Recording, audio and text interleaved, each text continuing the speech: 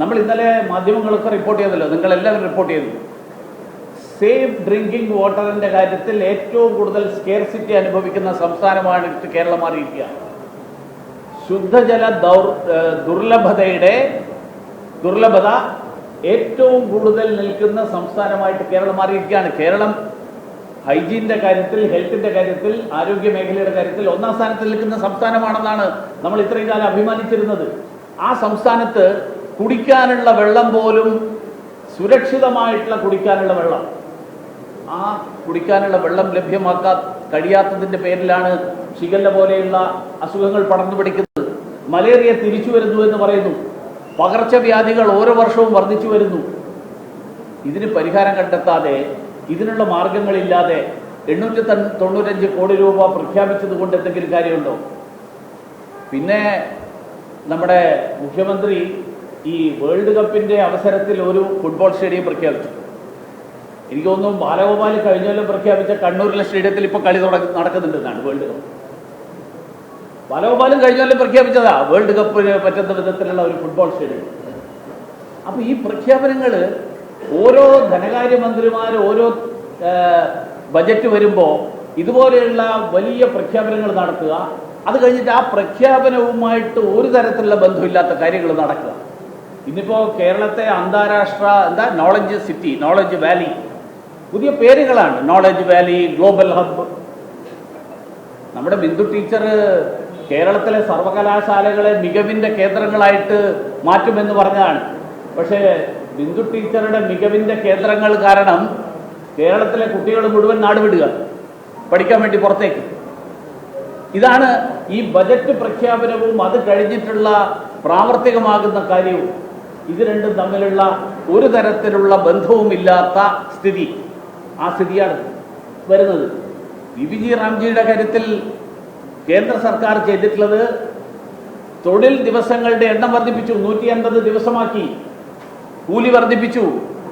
അതിനെക്കുറിച്ച് മിണ്ടുന്നില്ല. പകരം എന്താ, കേന്ദ്ര സർക്കാരിന്റെ തെറ്റായിട്ടുള്ള നയങ്ങൾ 150 ദിവസമാക്കിയതാണോ തെറ്റ്? കൂലി വർദ്ധിപ്പിച്ചതാണോ തെറ്റ്? എന്താ തെറ്റ്? ഡയറക്ട് ട്രാൻസ്ഫർ ആണോ തെറ്റ്? ഡയറക്ട് ട്രാൻസ്ഫർ ആണ് ചെയ്തത്. കേന്ദ്ര സർക്കാരിൽ കോൺഗ്രസിന്റെ തന്നെ മന്ത്രിമാര്, പ്രധാനമന്ത്രി, അന്നത്തെ പ്രധാനമന്ത്രി തന്നെ പറഞ്ഞാണ്, ഞാൻ അയക്കുന്ന പൈസയിൽ 11 പൈസയെ കേരളത്തിൽ നാട്ടിലേക്ക് എത്തുന്നുള്ളൂ അർഹതയുള്ള ആളുകൾക്ക്. ഇത് മുഴുവൻ പണവും നേരിട്ടെത്തുകയാണ്. അപ്പൊ ഈ തരത്തിൽ ബാക്കി കാര്യങ്ങൾ മുഴുവൻ വിശദീകരിച്ചു. ഏതാണ്ട് ഒരു കാര്യം കൂടി എനിക്ക് പറയാനുണ്ട്. ഇന്നലെ PM ശ്രീ പദ്ധതിയുടെ കാര്യത്തിൽ ഇന്നലെ മുഖ്യമന്ത്രി ഒരു പ്രസ്താവന നടത്തി.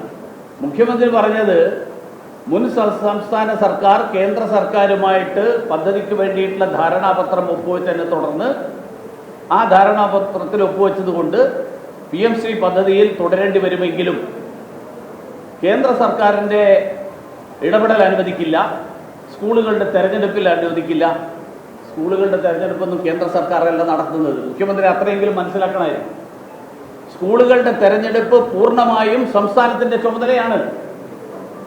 സംസ്ഥാനത്തിന്റെ ചുമതലയുള്ള കാര്യത്തിൽ കേന്ദ്രത്തിന്റെ ഇടപെടൽ അനുവദിക്കില്ല എന്ന് പറയുന്ന പ്രഖ്യാപനം ആരെ കബളിപ്പിക്കാൻ വേണ്ടിയാ? മാത്രമല്ല, PM ശ്രീ പദ്ധതിയിൽ ഒപ്പുവെക്കുന്നതിന്റെ അർത്ഥം ദേശീയ വിദ്യാഭ്യാസ നയം പൂർണ്ണമായും നടപ്പിലാക്കാൻ സംസ്ഥാന സർക്കാർ തയ്യാറാണ് എന്നാണ് അതിന്റെ അർത്ഥം. അത് കഴിഞ്ഞിട്ട് ഈ പ്രഖ്യാപനം ഇന്നലെ മുൻ മുഖ്യമന്ത്രി പറഞ്ഞു എന്ന് കേട്ടു, ഞങ്ങൾ SSK ഫണ്ട് കിട്ടാൻ വേണ്ടിയിട്ട് ഒപ്പുവെച്ചതാണ്, അതിനപ്പുറം ഞങ്ങളൊന്നും നടത്താൻ ഉദ്ദേശിച്ചിരുന്നില്ല. അതുപോലെ മുഖ്യമന്ത്രി പദത്തിലിരുന്നു കൊണ്ട് ഈ നാട്ടിലെ, കാരണം ഒരു ഭരണഘടനാപരമായിട്ട് സത്യപ്രതിജ്ഞ ചെയ്ത് അധികാരം ഏറ്റെടുക്കുന്ന ഒരാൾ പറയാണ്, ഞാൻ ഈ ഒപ്പിടുന്നതിന് യാതൊരു അർത്ഥമില്ല, ഞാൻ വേറെ കാര്യത്തിന് വേണ്ടി ദുരുദ്ദേശപൂർവമായിട്ടാണ് ഞാൻ ഒപ്പുവെച്ചത് എന്ന് പറഞ്ഞാൽ ഈ മുഖ്യമന്ത്രിയായിട്ടിരുന്ന ആളിന്റെ വിശ്വാസ്യത എത്രയുണ്ട്? ഞാൻ ഒപ്പുവെച്ചത് ആ ഒപ്പുവെച്ച കാര്യങ്ങളുമായിട്ട് നീതി പുലർത്താനല്ല, പകരം കേന്ദ്ര സർക്കാരിനെയും ഈ രാജ്യത്തെ ജനങ്ങളെയും ഭരണഘടനയെയും അടക്കം കബളിപ്പിക്കാനാണ് എന്ന് പരസ്യമായിട്ട് ഒരു മുഖ്യമന്ത്രി, മുൻ മുഖ്യമന്ത്രി പറഞ്ഞു കഴിഞ്ഞാൽ ആ ഒപ്പുവെക്കുന്നതിന് എന്താ അർത്ഥമുള്ളൂ? മാത്രമല്ല, ഈ NEP പറയുന്നത് എന്താ? NEP PM ശ്രീയിൽ എന്താ പറയുന്നത്? 14,500 സ്കൂളുകൾ രാജ്യവ്യാപകമായിട്ട് തിരഞ്ഞെടുക്കും. കുട്ടികൾക്ക് സന്തോഷകരവും ഗുണമേന്മയുള്ളതുമായിട്ടുള്ള വിദ്യാഭ്യാസം ഉറപ്പാക്കുന്നു. എതിരാണോ കേരള ഗവൺമെന്റ് അങ്ങനെ ഒരു വിദ്യാഭ്യാസം നൽകുന്നതിന്? മനപ്പാഠ പഠനത്തിന് പകരം കഴിവിന്റെ വികസനത്തിന് പ്രാധാന്യം നൽകുന്നു. കേരള സർക്കാർ അക്കാര്യത്തിൽ എതിരാണോ? വിമർശനാത്മക ചിന്തയും ശാസ്ത്രീയ മനോഭാവവും വളർത്തുന്നു. കേരള സർക്കാർ എതിരാണോ ഇക്കാര്യത്തിൽ? ഇന്ത്യൻ മൂല്യങ്ങൾ വിദ്യാഭ്യാസത്തിൽ ഉൾപ്പെടുത്തി കുട്ടികളുടെ വ്യക്തിത്വ വികസനം ലക്ഷ്യമിടുന്നു. കേരള സർക്കാർ എതിരാണോ ഇക്കാര്യത്തിൽ? സ്കൂളുകളിൽ മികച്ച അടിസ്ഥാന സൗകര്യങ്ങൾ ഒരുക്കാനും മാതൃഭാഷയിൽ പ്രാഥമിക വിദ്യാഭ്യാസം പ്രോത്സാഹിപ്പിക്കാനും സാങ്കേതിക വിദ്യയുടെ ഉപയോഗം ശക്തിപ്പെടുത്താനും 21ാം നൂറ്റാണ്ടിലെ കഴിവുകൾ വികസിപ്പിക്കാനും നയം ഊന്നൽ നൽകുന്നു. ഇതിലെതിരാണോ? ഇതിലേത് കാര്യത്തിലാണ് സംസ്ഥാന സർക്കാരിന്റെ എതിർപ്പ് എന്ന് മുഖ്യമന്ത്രി പറയണം. ഈ 5-6 കാര്യങ്ങളാണ് ഈ PMC പദ്ധതിയും NEP-യുടെയും ലക്ഷ്യം. ഇതിലേത് കാര്യത്തിലാണ് മുഖ്യമന്ത്രിക്ക് എതിർപ്പ്? അപ്പൊ ഈ പ്രഖ്യാപനങ്ങൾ നടത്തുന്നതും പിന്നീട് അതിൽ നിന്നൊക്കെ കരണം മറിഞ്ഞ് പ്രാവർത്തികമാക്കുന്നതും ഇത് കുറെ കാലമായിട്ട് തുടർന്നുകൊണ്ടിരിക്കുകയാണ്. ഈ സാഹചര്യം കേരളത്തിലെ ജനങ്ങൾ തിരിച്ചറിയും. പ്രതിപക്ഷത്തിരുന്നപ്പോൾ ഇവിടെ പറഞ്ഞല്ലോ 56,000 കോടിയുടെ കടമുള്ള അല്ലെങ്കിൽ കിഫ്ബി, ആ കിഫ്ബി പ്രതിപക്ഷ നേതാവായിരുന്ന 5 കൊല്ലക്കാലം പറഞ്ഞത് ഇത് വലിയ വെട്ടിപ്പാണെന്നാണ്, ഇത് വലിയ സ്കാം ആണെന്നാണ്. ഇപ്പൊ അത് വലിയ റിഫോമായി, അതിൽ വലിയ പരിഷ്കാരം വരുത്താൻ പോകുന്നു എന്നാണ് പറയുന്നത്. അപ്പൊ ഇന്നലെ വരെ വലിയ തട്ടിപ്പായിരുന്ന കാര്യം ഇന്ന് പരിഷ്കാരമാകുന്നതെങ്കിൽ അതിന്റെ മാനദണ്ഡം എന്താ? ഒന്നുകിൽ ഇന്നലെ പറഞ്ഞത് രാഷ്ട്രീയ പ്രേരിതമാണ്, അല്ലെങ്കിൽ ഇന്ന് പറയുന്നതിന് ഒരർത്ഥമില്ല. പകരം ഈ കിഫ്ബിയെ കുറിച്ച് ഈ സർക്കാരിന്റെ വിലയിരുത്തൽ എന്താണ്? എന്താണ് കാഴ്ചപ്പാട്? കിഫ്ബിയെ പറ്റിയിട്ടുള്ള മുഴുവൻ പദ്ധതികളെ പറ്റിയും ആ കിഫ്ബിക്ക് വേണ്ടി അനുവദിച്ച തുക, നടപ്പായതിന്റെ വിശദാംശങ്ങൾ, ആ വിശദാംശങ്ങൾ വിശദമായിട്ടുള്ള ഒരു വിവരങ്ങൾ, ആ വിവരങ്ങൾ പുറത്തിറക്കാൻ സംസ്ഥാന സർക്കാർ തയ്യാറാവണം. കഴിഞ്ഞ തവണ പറഞ്ഞതൊക്കെ ആ പറഞ്ഞ കാര്യത്തിൽ ഉറച്ചു നിൽക്കുന്നുണ്ടെങ്കിൽ, അതുകൊണ്ടാണ് ഞാൻ പറഞ്ഞത് ഈ ബജറ്റ് പുതുയുഗ കേരളം ബജറ്റ് തയ്യാറാക്കിയ കടലാസിൽ അവശേഷിക്കും. കേരളത്തിൽ പുതുയുഗ കേരളം ഉണ്ടാകാൻ ഈ ബജറ്റ് കാരണം സാധ്യമല്ല.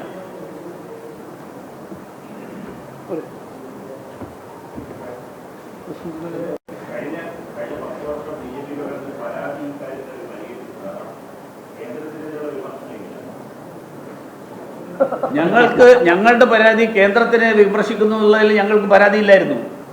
കേന്ദ്രത്തിനെതിരായിട്ട് വിമർശിക്കുമ്പോൾ ആ വിമർശനം അസംബന്ധമാണെന്നാണ് ഞങ്ങൾ പറഞ്ഞത്. ആ വിമർശനത്തിൽ ഒരു അടിസ്ഥാനമില്ലെന്നാണ്.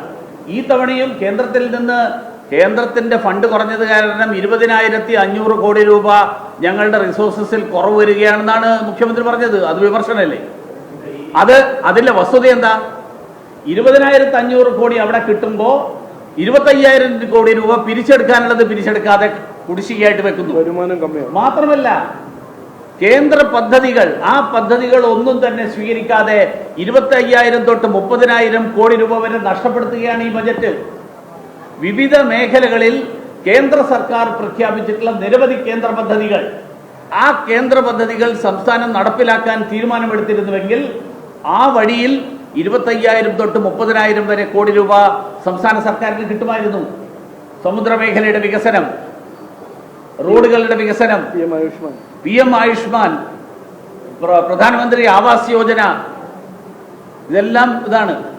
ഇപ്പൊ പറഞ്ഞല്ലോ, ഏറ്റവും വലിയ ഈ ബജറ്റ് വാഗ്ദാനങ്ങളുടെ ലംഘനം തുടങ്ങിയിരിക്കുകയാണ്.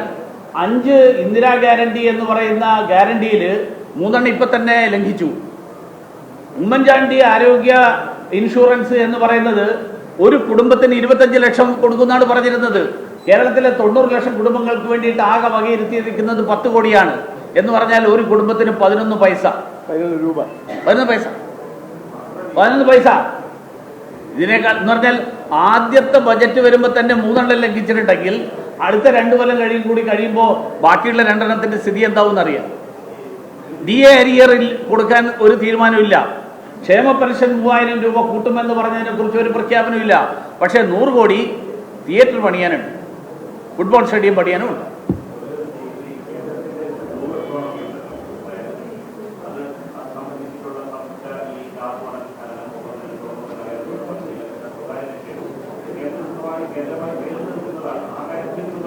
ഞങ്ങൾ സ്വകാര്യ നിക്ഷേപം എന്ന് പറഞ്ഞിട്ടില്ല. ഞങ്ങൾ ക്രിട്ടിക്കൽ മിനറൽസിന്റെ കാര്യത്തിൽ ഒരു തരത്തിലുള്ള സ്വകാര്യ നിക്ഷേപവും ഞങ്ങൾ പറഞ്ഞിട്ടില്ല.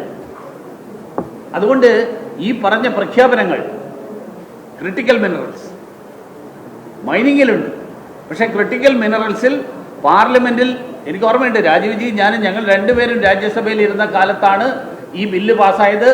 അന്ന് ഇത് സംബന്ധിച്ച് വിമർശനം ഉയർത്തിയിരുന്ന ആളുകളാണ് ഇപ്പോൾ കേരളത്തിൽ ഭരണത്തിലിരിക്കുന്നത്.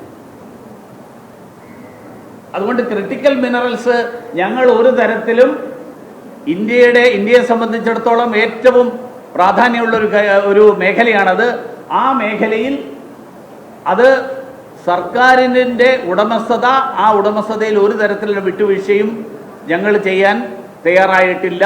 കേന്ദ്ര സർക്കാരിൻ്റെ തലത്തിൽ കേരളം ഇപ്പോൾ മുഖ്യമന്ത്രി പ്രഖ്യാപിച്ച പല കാര്യങ്ങളും മുഖ്യമന്ത്രിക്ക് ഇന്ന് ഒരു പ്രഖ്യാപനം നടത്താനും ഒരു പ്രസ്താവന നടത്താനും വേണ്ടിയിട്ടല്ലാതെ അത് നടപ്പിലാക്കണമെന്നുള്ള ഉദ്ദേശത്തോടു കൂടിയാണ് പല പ്രഖ്യാപനങ്ങളും നടത്തിയത് എന്ന് എനിക്ക് തോന്നുന്നില്ല.